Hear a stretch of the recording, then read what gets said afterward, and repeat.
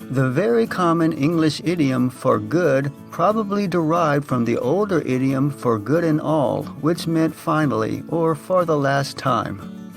Meaning of the English idiom for good. For good means permanently, forever, or for the last time, or finally. Usage of idiom.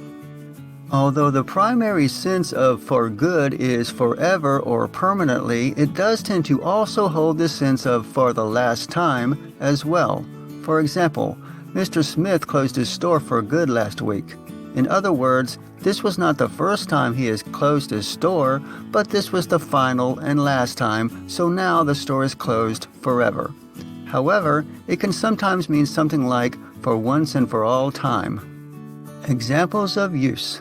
Vicky left her husband for good. She'd had enough. I heard you were going home. When are you coming back? Asked Debbie. Oh, I'm sorry, I'm not coming back. I'm going home for good, said Chris.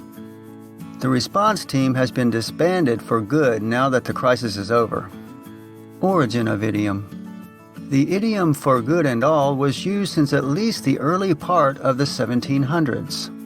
Mark Twain used this expression in Huckleberry Finn. Huckleberry Finn's father said, "A man can't get his rights in a government like this. Sometimes I've a mighty notion to just leave the country for good and all."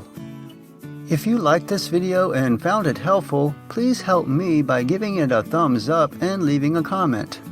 And if you want more, subscribe and use the bell notification icon.